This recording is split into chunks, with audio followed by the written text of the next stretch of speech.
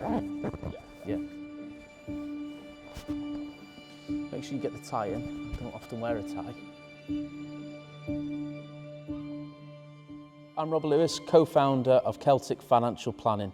I've been in financial services now for 15 years, and I feel I'm in a privileged position to be able to share some experiences, share some knowledge, and hopefully empower you to make better financial decisions when you next seek financial advice. I want to share what I think you should be paying for financial advice, when you don't need it, and ultimately help you avoid some of the pitfalls that potentially exist in financial services. So next time you're out seeking advice, you don't become a victim of maybe some sort of scam or actually overpaying for financial advice. I'm really passionate about this subject, and from working with high street banks, national wealth managers and international stockbroker, my years of experience I want to share with you today. Do you need a financial advisor? It's probably one of the biggest questions when it comes to clients looking at getting financial advice. And for me, financial advice is more than just giving you the ability to invest money, more than just the ability to set up a pension. As financial planners, we're really coaches in helping you to have a better financial future. In our meeting room in our office, we have a really good diagram that I've brought with me today. And again, I'm not expecting you to read this, but just some of the points that I want to share with you about financial planning and some of the options that it gives you. So we can help avoid common pitfalls. We have experience. We have financial services compensation scheme as a backup should the investment fail. We have professional indemnity insurance. So if I give you bad advice, ultimately you can sue me as a consumer. We help reduce debt. We can handle cash flow modelling. So that really helps you paint a picture in retirement, how much you can afford to live on. We help with tax efficiency. We help with diversification, risk assessment. We can help reduce the sequence of return risks. We can do investment due diligence. So a provider today might be amazing, but tomorrow they could be failing because they don't answer their commitments. So again, ongoing financial advice helps avoid and mitigate those risks. We help with estate planning, trust, power of attorney, intergenerational and charity planning. We help meet your financial goals. We also are really good at coaching behaviours. There may be a period in the investment market where you get scared, but having our experience, having our knowledge, we can help you sort of sail through that storm and avoid you making common mistakes. So financial advice is more than just investing money. It's about coaching you as a client to have a better financial future.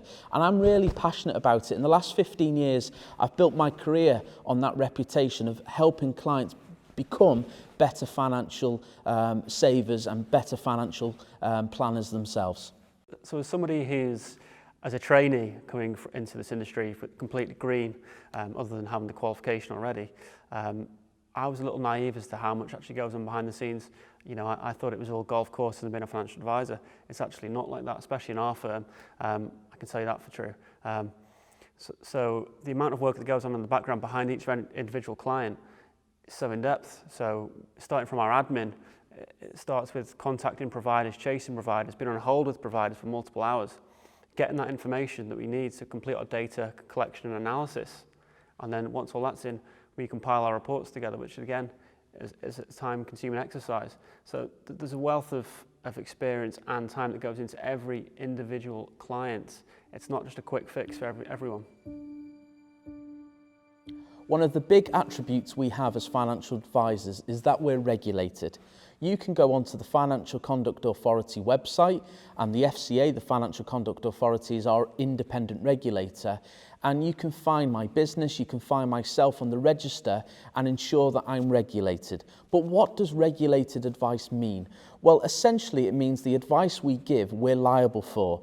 And so if it's wrong, you can make a complaint. Initially, you would make the complaint to us, and then from there, if you were unhappy with our response, you could refer it to the Financial Ombudsman Service, who would make an independent assessment based on your circumstances and based on the advice I gave, whether I was right right or wrong.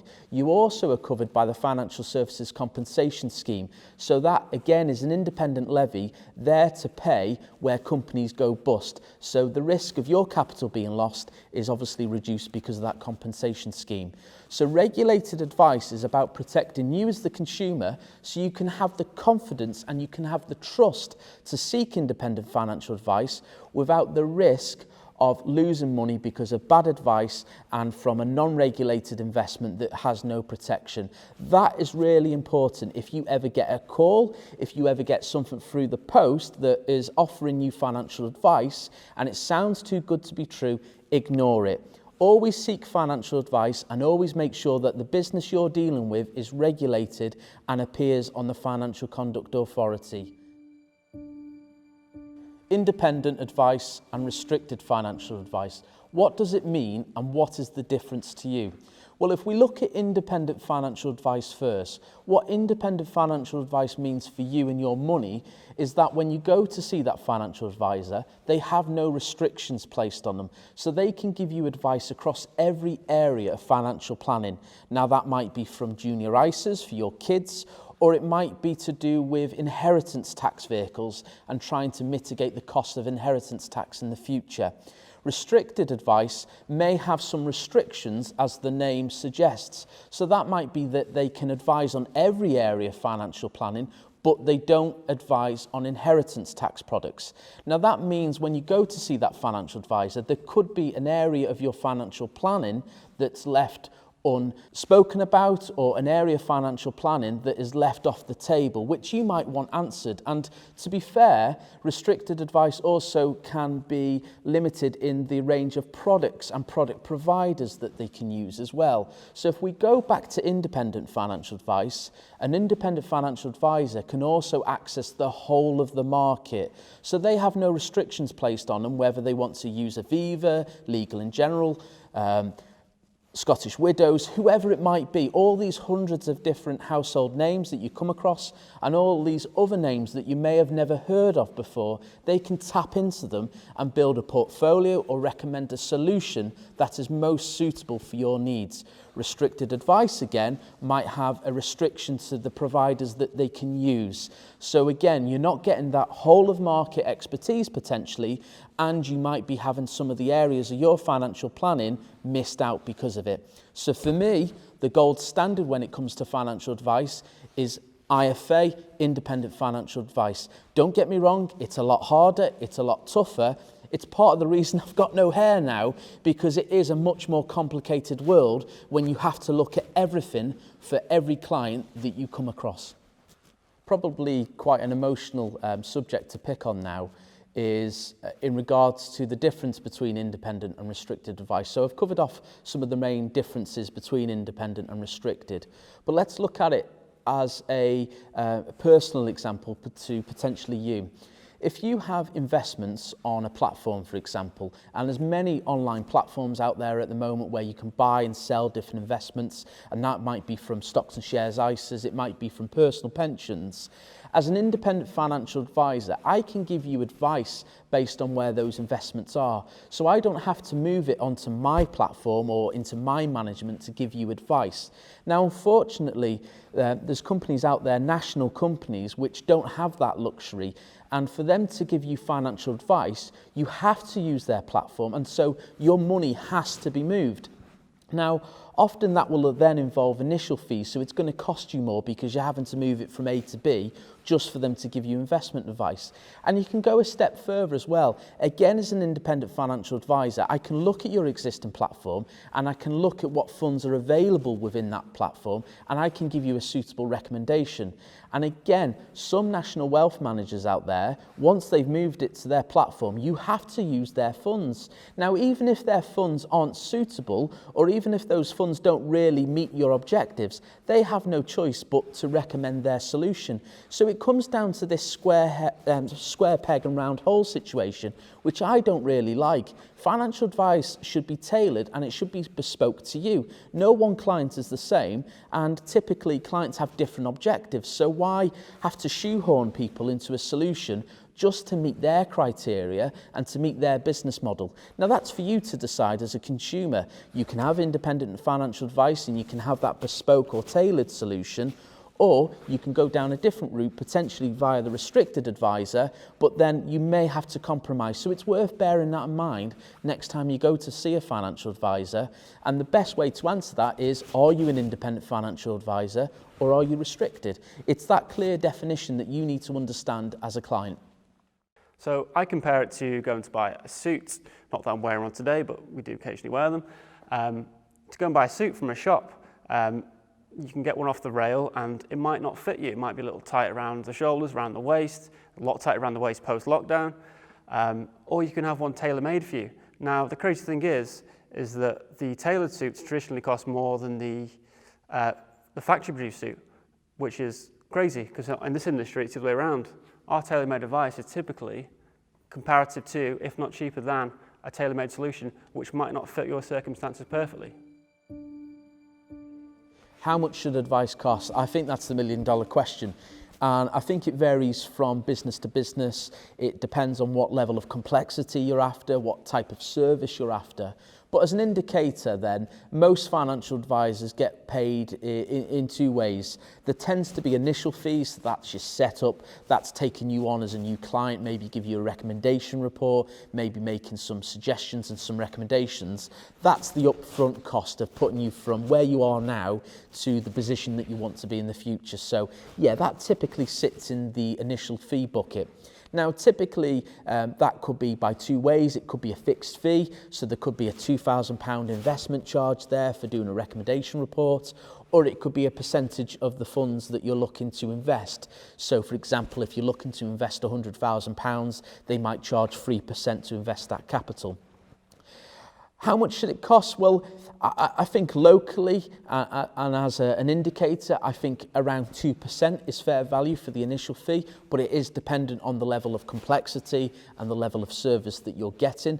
But again, it's worth shopping around to justify whether it's an expensive charge or inexpensive charge. But I think 2%-ish would be a fair premium. I think as soon as you go beyond the 3, 4, and certainly the 5%, you've got to ask yourself, what are you getting for 5%? You know, for every £100,000 you're investing, that's £5,000 that's going in initial fees. That seems expensive to me, but again, you know, you're the judge as the client, but it's worth assessing that. So then if we look at the ongoing fees then, so again, ongoing fees could be a fixed fee. It could be based on an hourly rate, a number of services that you want, or again, it could be on a percentage charge. And again, as an indicator, I would say anything between 0.5% and 1% would be fair value, again, depending on the level of service you're getting. Beyond the 1%, I think that is expensive, if I'm being honest. But again, you've got to be the judge based on your circumstances. And I think outside of those initial and ongoing charges, one thing I'm really passionate about and one thing I hate to see is exit penalties. I think you as the consumer and the client should have the flexibility to move your money whenever you want without having to pay exit fees. And again, sadly, there's national wealth managers out there that charge exit penalties for the first 5 or 6 years. Now, what if they're no longer meeting your objectives? What if they are no longer delivering you value for money?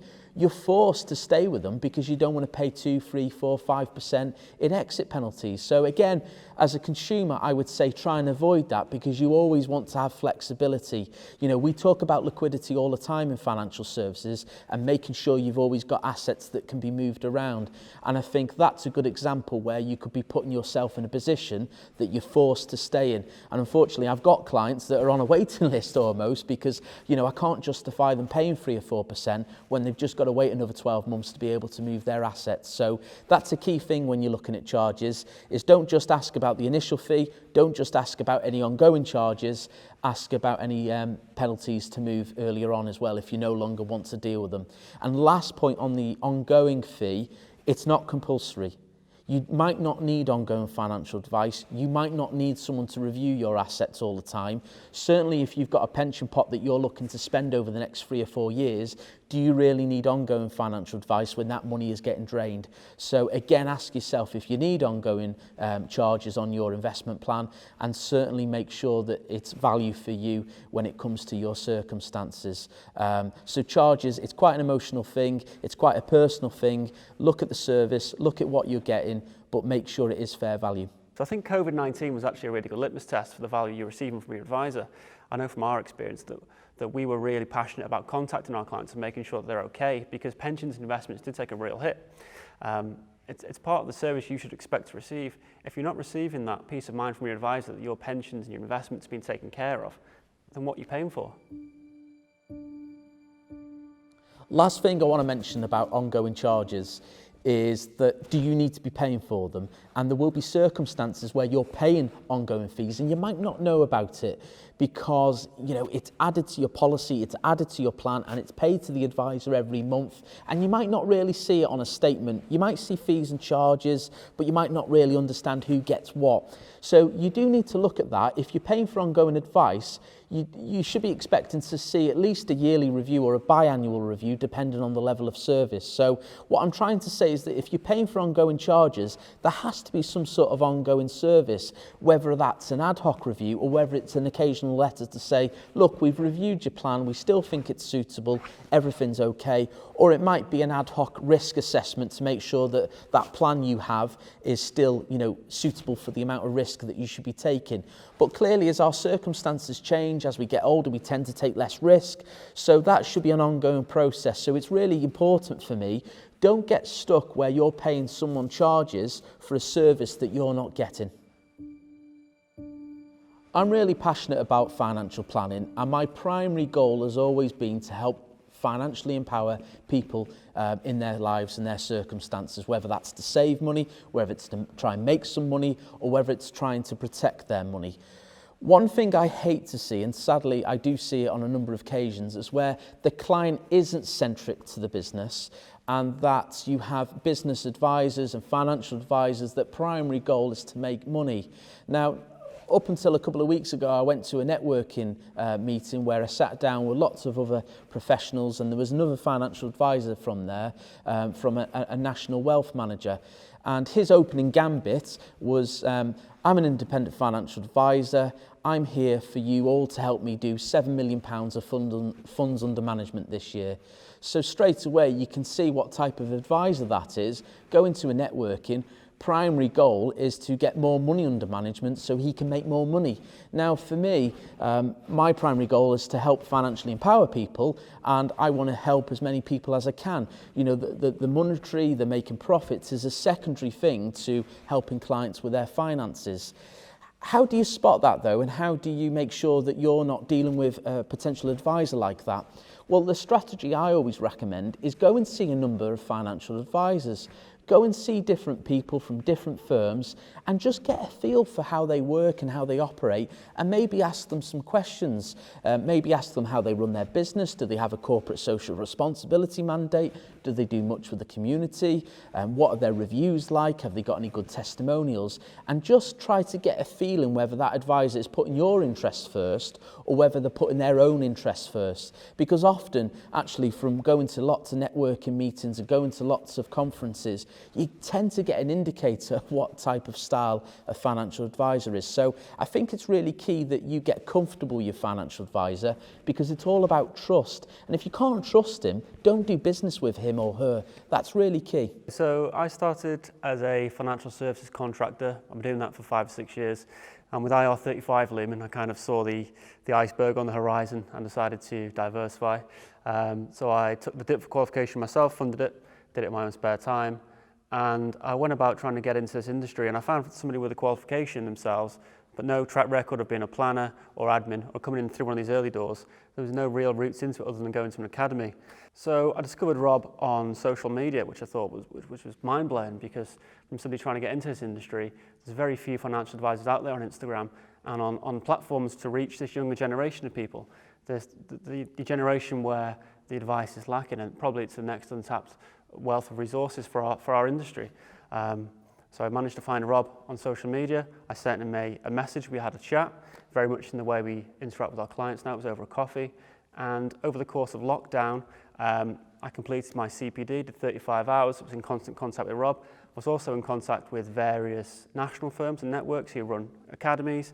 And then I had the decision of whether to try and pursue the academy route or to chase this route of becoming a trainee IFA. And I'm so glad I did go down the IFA route, because I feel as though, one, I've got my qualification already. I don't have to convert to the CII route.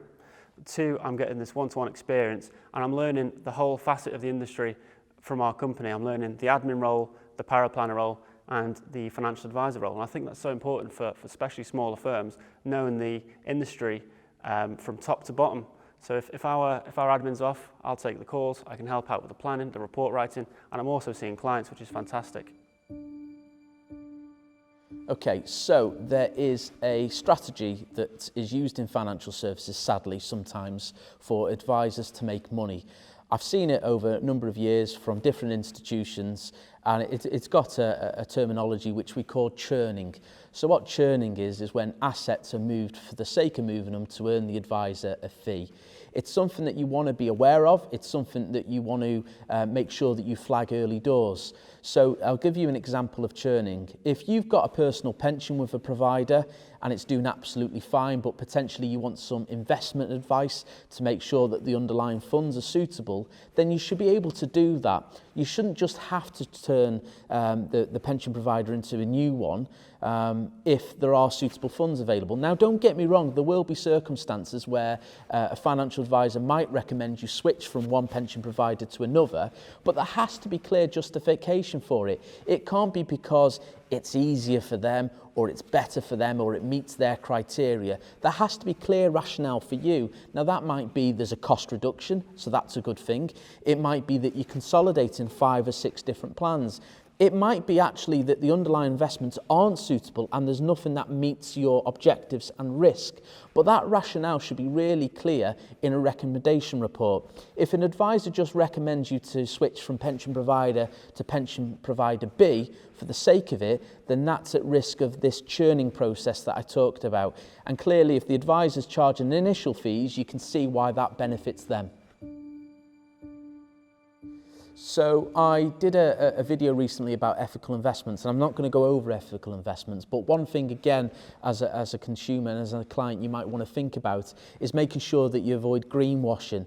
And what greenwashing is for me is where you have a provider, an investment manager setting up ethical funds when they don't have their own corporate social responsibility mandate themselves. I feel it's a bit like, well, you've setting up this product or you're selling this product just because you want the money, not because you believe in it. So if you are, a true positive investor and you want to have a positive impact on the environment, on social governance, on corporate governance, then make sure that the firm that you're dealing with have their own CSR policy as well. Because otherwise, like I said, I think you're going down the realms of potentially greenwashing. And I hate to see it. You're either passionate about it or you're not. So, make sure you ask those questions. So there's a couple of points I want to cover now in regards to financial advisors. And unfortunately, we have a real problem in financial services, which is we have an ageing population of advisors. And there's lots of stats out there, but the latest one I've seen that 72% of advisors will be retiring in the next 10 years. Now that leads us to a bit of a crisis really, because I really truly believe that independent financial advice can be life-changing, and more people need access to that facility to be able to help improve their financial futures. So one thing you need to be aware of is you may have a financial advisor already, and in the years to come you may get a letter to say that they've decided to retire and they're selling their business on. Absolutely nothing wrong with that. They've established a business, they've established, processes, and they've got a really good client bank, and they want to retire and move that on. For me, though, that could be a really pivotal point in your life to make sure that you review your financial advisor and that you're happy with that acquisition and you're happy with that sale. Because ultimately, that financial advisor that you've dealt with for the last 5, 10, 15 years and you've had a really good relationship with is going. And the next advisor and the next firm that's buying that business might not have that same connection with you. They might not adhere to your own objectives. They might run the business in a way that you're not quite happy with. So don't just go with the ride. Review it, analyse it. Is that merger, is that sale, is that retirement of that advisor going to be right for you? Just do your own due diligence on that new business.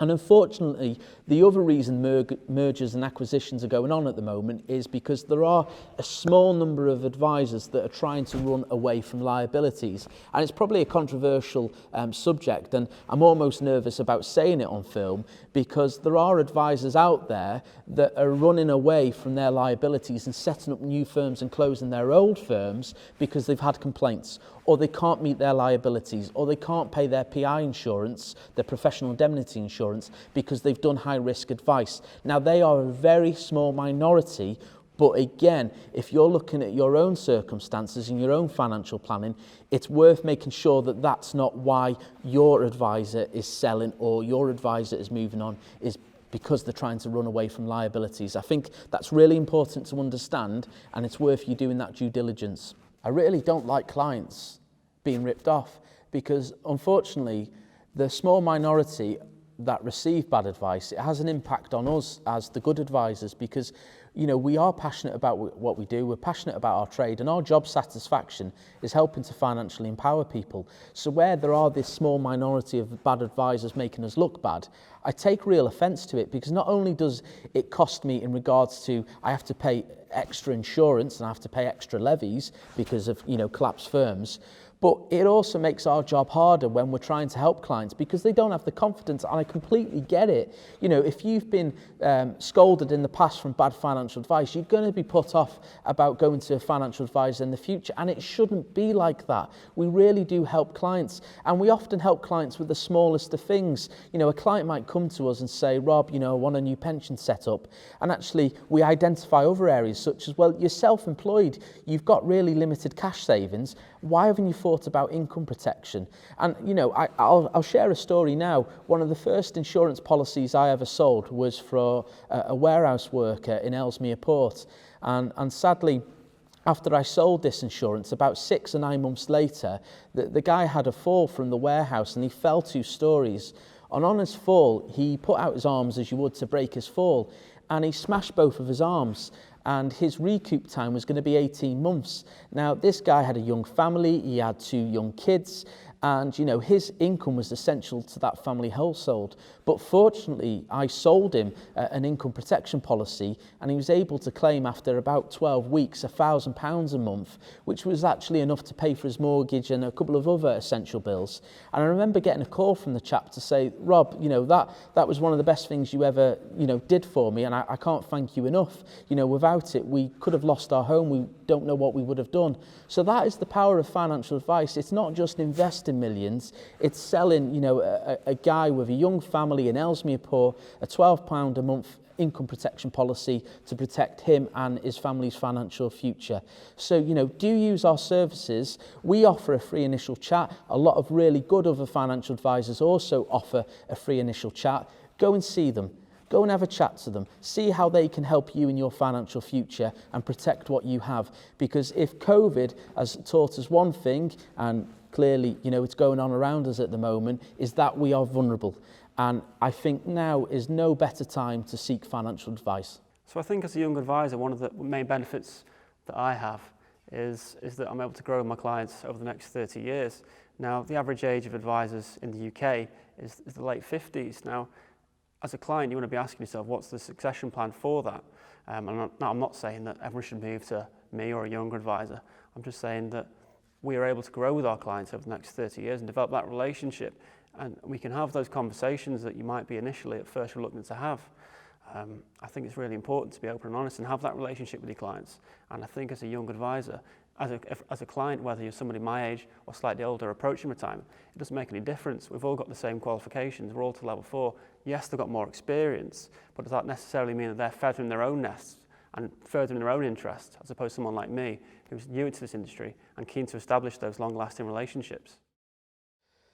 So me and Sam have spoken about a couple of areas of financial planning, when to get advice, what advice should look like, how much you should pay. I just want to really finish with a recap and some points that you might want to ask your financial advisor next time you go to see them, or the next time you seek independent financial advice. What are the questions that you should be asking? So if we start with the first one, which is sort of the main point really, is are they regulated? So the best way you can check that is by going to the FCA register. So as we said before, the FCA is the Financial Conduct Authority. They're the independent watchdog for us and banking and lots of other areas of financial services. So make sure that the firm that you're dealing with is regulated. The second thing then is making sure that you identify whether they are an IFA, an independent financial advisor, or if they are restricted. Now, again, we're not here to say restricted financial advice is not right. It might be absolutely fine for your circumstances and what you're looking to achieve. But it's really important to make sure that you know which type of financial advisor you're dealing with, whether they're independent, this whole of market, no restrictions or limitations placed on them, or if they are restricted. The next thing I'd be looking to establish and ask is then about their experience. And I suppose what goes hand in hand with their experience is the qualifications.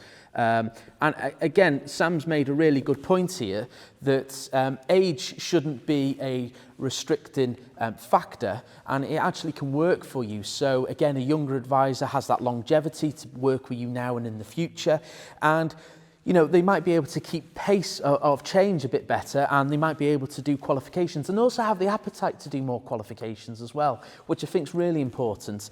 Because again, advisors in their 50s, 60s, they might not have the same appetite to keep educating and keep getting qualified later on. Then you want to be looking at the costs and charges. So again, we've established the two ways in which advisors typically get paid. That can be from initial fees for the setup, and then it can be the ongoing. And then if you're looking at ongoing as a service charge, you want to make sure that you establish what the service is. And so there, it's really important to make sure that if you're paying for a yearly review, that you get a yearly review, because otherwise you're paying for charges and you're not getting the service. And then lastly, I suppose it's more of an emotional thing, which is,